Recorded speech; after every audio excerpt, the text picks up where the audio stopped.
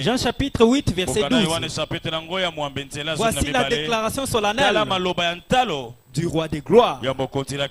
Il est écrit: Jésus leur parla de nouveau et dit: je suis la lumière du monde. Celui qui me suit ne marchera pas dans les ténèbres, mais il aura la lumière.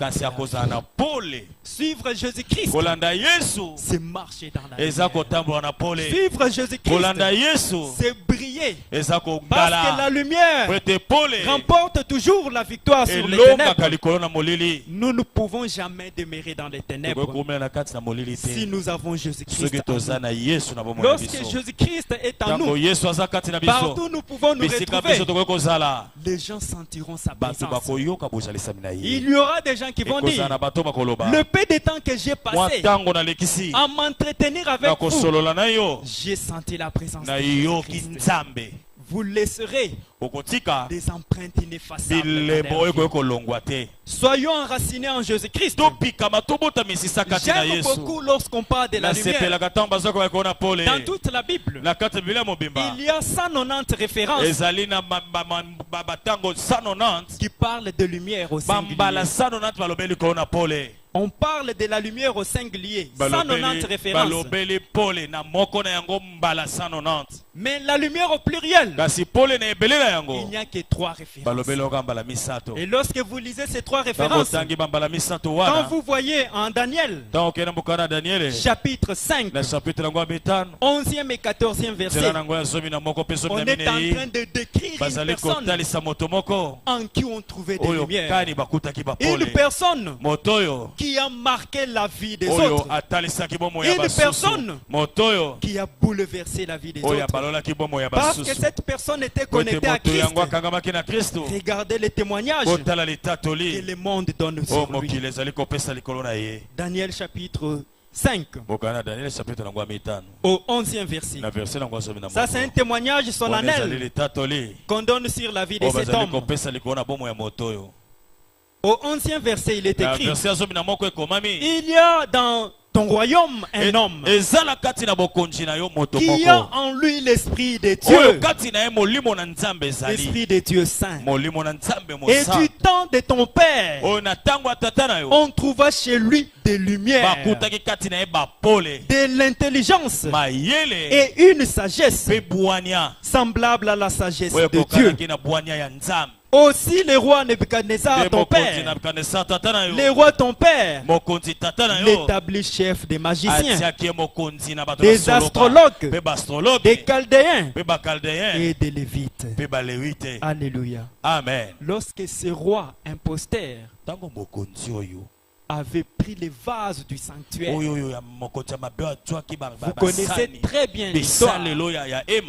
Lorsqu'il a commencé à s'enivrer avec ses concubines, en manquant du respect envers Dieu, lorsqu'il a touché les ustensiles saints, il a vu une main en train d'écrire. Il a tremblé.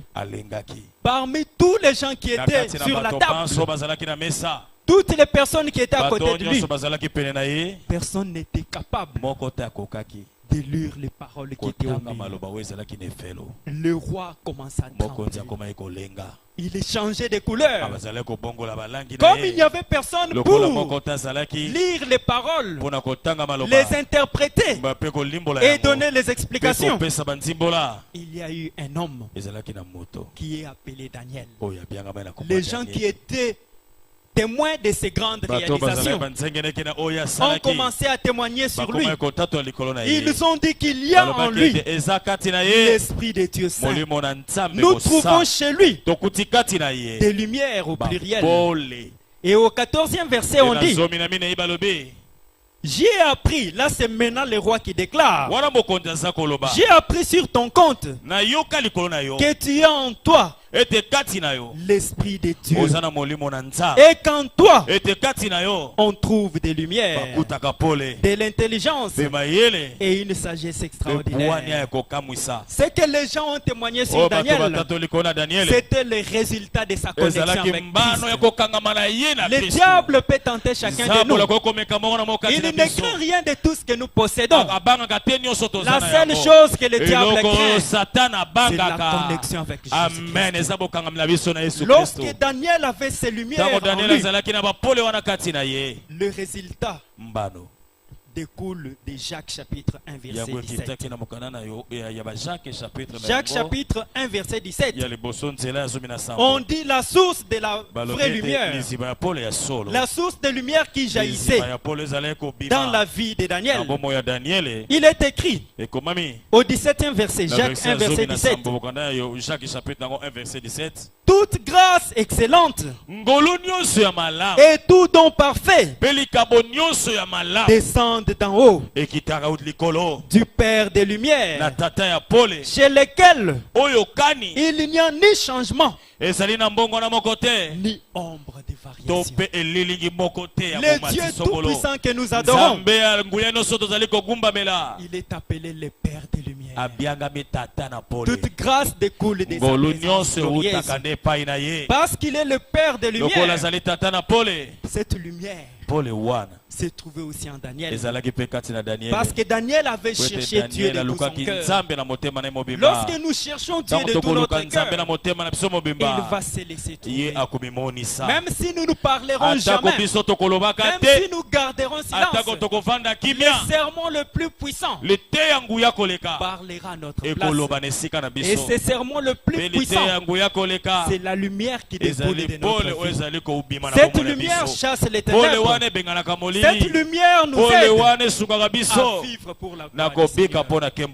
Bien-aimés en Christ, j'aimerais que vous puissiez méditer les recommandations que nous sont données afin de parvenir à briller comme des flambeaux dans le monde. Nous sommes en Philippiens chapitre 2, versets 14 et 15. On donne des recommandations pour nous aider à briller comme des flambeaux dans le monde.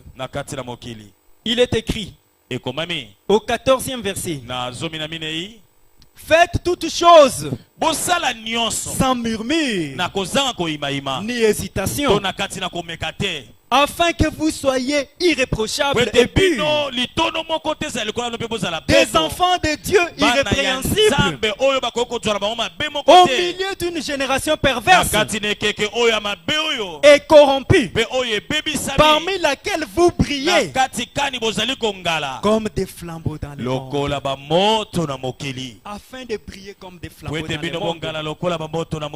Vous avez suivi les recommandations. Nous pouvons lire également en Luc chapitre 11, 35e et 36e verset. Ça, c'est une recommandation solennelle donnée par Jésus-Christ, le roi de gloire. C'est lui-même qui donne cette recommandation. Luc chapitre 11, 35e et 36e verset. Il est écrit, d'abord au 35e verset.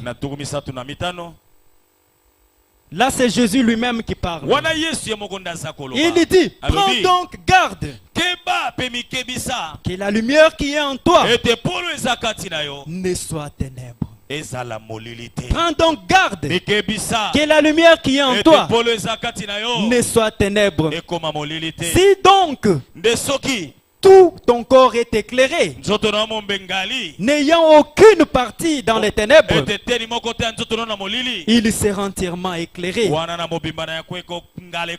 comme lorsque la lampe éclaire de sa lumière. Bien-aimés en Christ, vous pouvez également lire Matthieu chapitre 6, verset 23, et voir toujours la recommandation de Jésus-Christ, parce qu'il veut que nous puissions briller Il dit que votre lumière luise ainsi devant les hommes, qu'ils voient vos bonnes œuvres, afin qu'ils glorifient votre Père qui est dans les cieux.